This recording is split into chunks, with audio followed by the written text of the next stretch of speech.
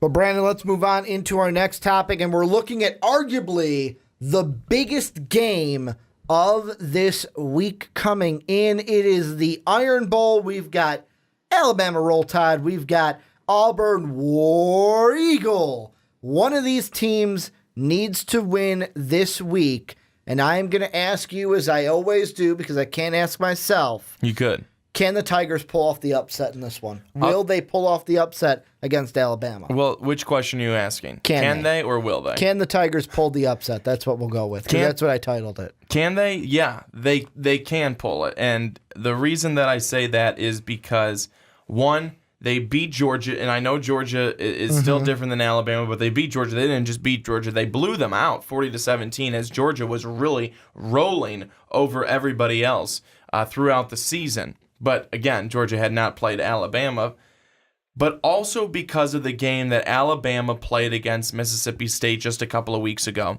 And why did Mississippi State have success in that game? Why did they make it so close? Because they were able to run the football against Alabama's defense. Now, Alabama's defense has been a little bit banged up, and that's been one of the problems. Like Minkah Fitzpatrick, not sure if he's going to be able to go against Auburn. Status is still unclear, up in the air.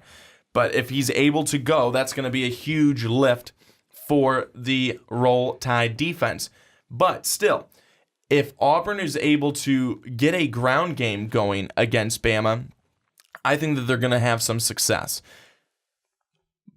But on the other side, Alabama continues to run the football very effectively themselves. When Alabama runs the football and runs the football well, using Damian Harris, using Bo Scarborough, using Jalen Hurts, they're pretty unstoppable. Basically using whoever can come off the bench. And if they're able to do that effectively, which they have been able to do for most of the season, they're going to win. They're going to win big.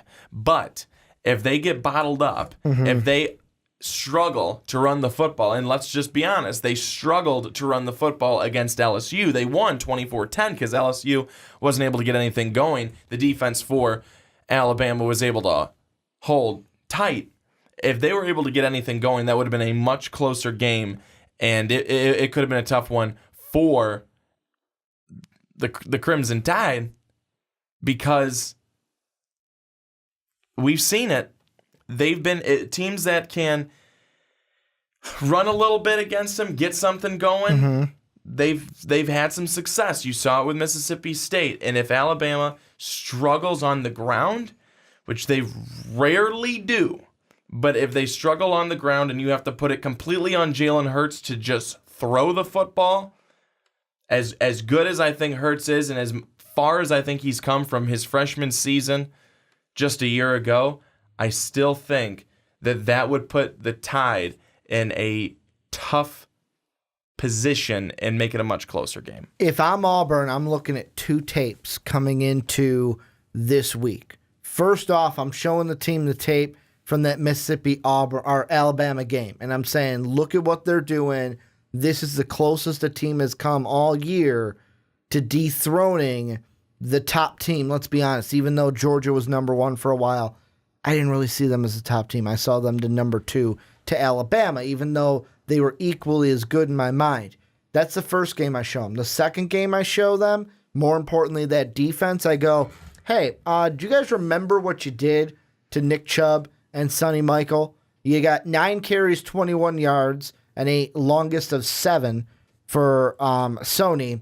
Then he got 11 carries, 27 yards. Yeah, he got a touchdown, but he was only averaging 2.5 for Nick Chubb. You took two of the best runners and running backs that the SEC has and kept them below 30 yards, I'll say, because Nick Chubb did get over 25. So you kept them below 30 yards apiece. You do that, you are going to be in that ballgame and have a chance to beat Alabama. And I want to throw something out at you. I got two things from Paul Feinbaum. The first one, and if I'm an Alabama fan, you see this and you go, I don't know how I feel about this. Nick Saban, in his career against teams that have won 9 games, he is 0-6. 2000, lost at LSU. 2002, lost to a 9-win team when he was at LSU. 2004, same thing, LSU. And then 07, 10-13 against 9-win Auburn teams. 9-win Auburn teams are 0-6 when Auburn has 9 wins, or that have won 9 games, and Auburn's 9-2 entering this one. Well, I'll tell you what. You know I love my history. You love your history, and you know how much I don't really give a shit. And the reason being is because, two things. Reason being that it doesn't really matter. Mm-hmm. It really doesn't. I mean, what's happened in the past, that's great. And does it speak for things that could happen again? It does, but at the same time, I think from year to year, as we've heard when we've talked with so many coaches, when we've talked with so many players, things change. It's things can be completely different from one year to the next year to things like that. But I will say on the other side, this matchup is always a big matchup. I don't care if both of these teams had 0 wins. It would be a great game. It would be a competitive game. It would be a hard-fought game, and it would be a game that players and coaches were looking forward to for the entire week for sure, but the entire season. You look forward to this game. There are games you circle on your calendar. This is one of them. It's exciting. It does have history. We remember just a couple of years ago the infamous field goal that didn't go in, that was returned for however many, 100 and whatever many yards, all the way to the house for Auburn, and Auburn won the football game. There is that history that fuels the fans, that fuels what this rivalry is. So that alone, and just the pure excitement that will be happening and going on in the stadium because of that, is exciting, and it gives a lot. I think it really does give a lot to the home team, the Auburn Tigers. But at the same time, it's still Alabama. It's still Nick Saban. They're still number one. They're still the number one football team. And I think that is going to still be the challenge for Auburn. That Alabama is still Alabama. They still have the best defense in the country. They still have an explosive offense that can absolutely burn you on any given play.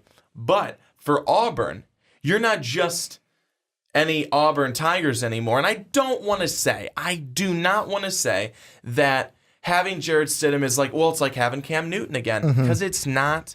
Completely different players. But you have a quarterback again.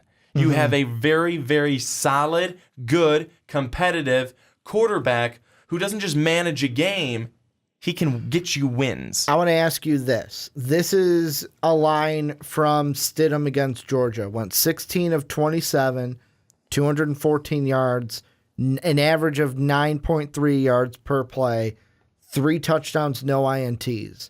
Do you see a similar stat line? Oh, and a 41.8, which isn't the best QBR, but they won the game. Do you see a stat line similar to that this Saturday against Alabama? Or do you see Alabama being able to limit Jarrett Stidham? And does the offense come down solely to Jarrett Stidham and how he plays for the Tigers? I think that stat line could be very, very similar this upcoming weekend, but with a couple of interceptions. That's what I think. I think the Alabama defense, to whoever it is, whether it's Jarrett Stidham, whether it's Danny Etling, they attack the quarterback, and they will rush the quarterback, and they will pressure the quarterback, and whoever's standing back there, it is tough. It is very, very tough for them, and that's why Nick Fitzgerald, in that game against Mississippi State, he didn't have a great night. He only had 158 yards. He didn't turn the football over. And that's why I think another reason why Mississippi State was in that game, they didn't turn the football over, but he was certainly limited. But if Stidham turns the football over, that's advantage Alabama all night long. Yeah. And the thing that I look at, too, is the big thing I look at is where this game is being played. Because I know most people are going to say, Ricky, don't matter. Could be played at Alabama, could be played at Auburn. Both teams are going to come out and play.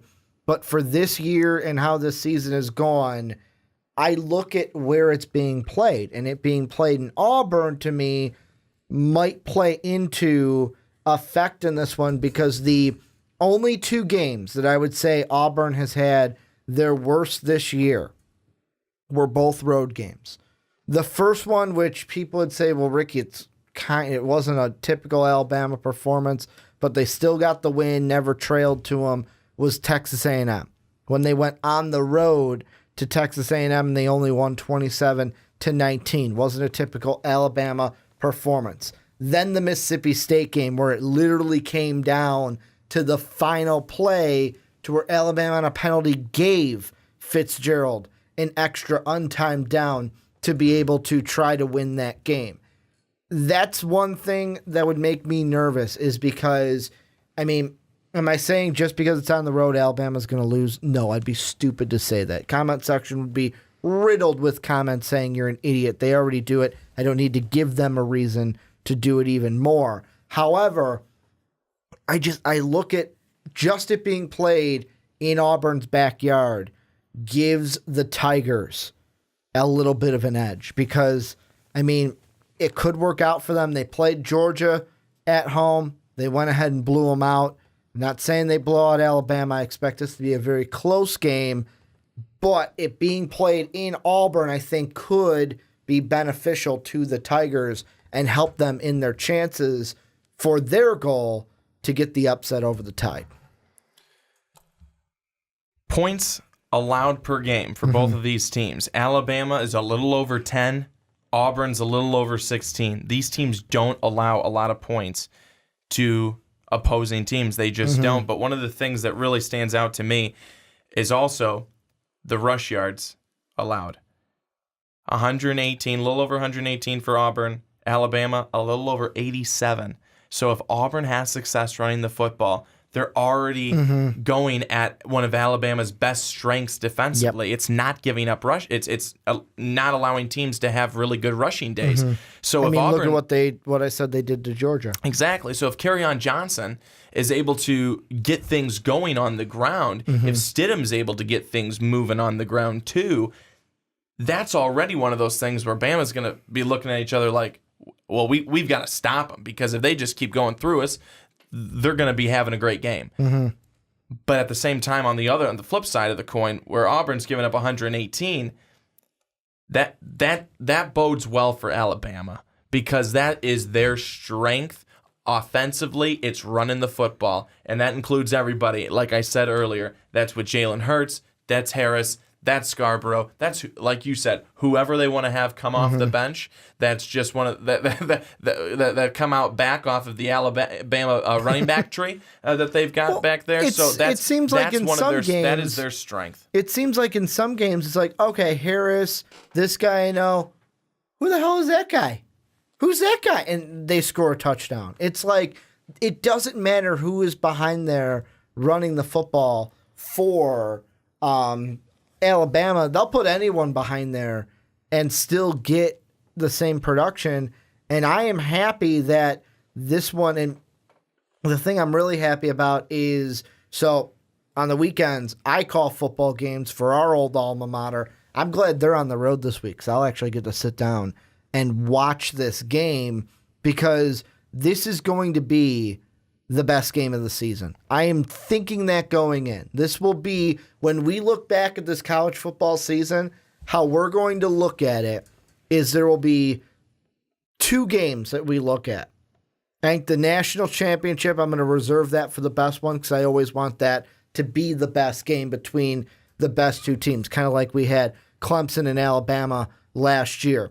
The last 2 years. I think that, last 2 years. Last year's was even a better game than the first one. It was, but I still think that you probably have the best two teams. Yeah, that's in the last 2 years. But as a game, I was sitting after last year going, wow, that was the best game. I believe I was sitting going, shit. Well, yeah, you wanted Alabama to win that. Also, side note, you know what I looked up today? What's that? You know what we did not announce at the beginning of the season because I did not realize it? The kiss of death is dead on the Primetime Podcast. I picked Clemson to win the championship last year. And they won it. How about it? Because I was looking it up. How about it? You were hiding that because you wanted it to continue to remain NFL. It's still alive and well. It's still going strong on the NFL side. Hey, but the Giants won this past week, man. There's still 2 wins. So we'll see if they get back to that playoff strong. And hey, they could go in 8-8 and beat the Patriots in the Super Bowl. It could happen. But this game, I think, will be one of the top 3, not even maybe the best game that we have. And another thing, this is the last one. I said I had 2 of them. This, to me, blew my mind when I saw this. In the last 8 years, since 2009, the only year that was the exception was 2014. And guess what? If Ezekiel Elliott and Ohio State didn't play as well as they did, it would have been the past 8 years. It was an Ezekiel Elliott performance that kept this from being 8 years. But 7 of the last 8 years, the winner of the Iron Bowl has played for the national title. You had 2009 Alabama, 2010 it was Auburn, 2011 it was Alabama, 12 Alabama, 13 Auburn, 15 Alabama, 16 Alabama, and guess what? We could get the same thing. No matter which one of these teams wins this year, could be the same thing going into, it could be 8 of the last 9 when we get to next year. And I was going to say, Ricky, one of my final points that I want to make is I can't remember, and I'm trying to remember when the gears are turning, when the Iron Bowl Auburn Alabama game had as much on the line as this one does, because it's been played, obviously for the longest time. But how many times has it been implications such as this? Decides SC West title, decides possibly who is going to be in the playoff and who's not necessarily going to be in the playoff. I mean, there's a lot of different things on the line in this game that we just haven't seen from the Iron Bowl in previous years. You know what I'm saying? Like Alabama 7-0 in conference, Auburn 6-1, Alabama 11-0 overall, Auburn 9-2, where both teams have been this good, this competitive, and have had this much on the line. I can't remember the last time where there were this many things at stake coming down to the very end of the season with this game. I'm trying to. Great. Now you got me thinking about it, because I do remember, and my memory might be failing me. I hope it's not, because I'm only 27. But wasn't there a matchup when Alabama was number 1 and Auburn was number 2? Haven't these teams seen number 1, number 2 matchup in our lifetime? I'm just trying to remember how long ago that was, because it has got to be multiple let's years. go through. Because I'm trying to remember. I have not remembered a time recently when Auburn has been a top, quote unquote, top dog, and I'm not saying they're not, but when they've been a playoff powerhouse type of team, and that Alabama's been the same at the same time. It's at least been the last 7 years, because I'm already on 2010, and it has not been one. That one could have been it. I'm gonna click this game really quick. It could have been 2010, because Auburn was number 2, Alabama was number 11. So that was the year. That was the last time Auburn was really good, was when they beat Alabama 28-27, but Alabama was the 11th ranked team in the country, because they lost earlier that year. Well, that's got to be one of the last times that we saw these two teams meet each other, both being really, really competitive, having really good seasons. Both of them having really, really good seasons. I'm still 2008. I'm in my high school days right now, and Auburn. I could have sworn, unless I'm thinking LSU, I could be thinking. Yeah, I think that's I know right. They have met number 1, number 2 a couple of times. Well, they met number 1, number 2 during the one season, then played each other for the BCS title. I'm already at 2005, and I have not seen an Auburn team White that was Sox at 2 World Series year since that 2010. I want to say, was that the one I saw where it was 2 over 11, 28-27. But this is where you guys come in. Let us know down below, what do you think of the game? Who do you got winning this game? Brandon and I, we're teasing you. We're not going to give our pick right here. You got to go check out the picks video, or if you're on Blog Talk Radio, iTunes, or Stitcher, stick around. We're going to do that at the end of the podcast. So that's what we call a tease in the biz. Let us know what you guys think down below in the comment section.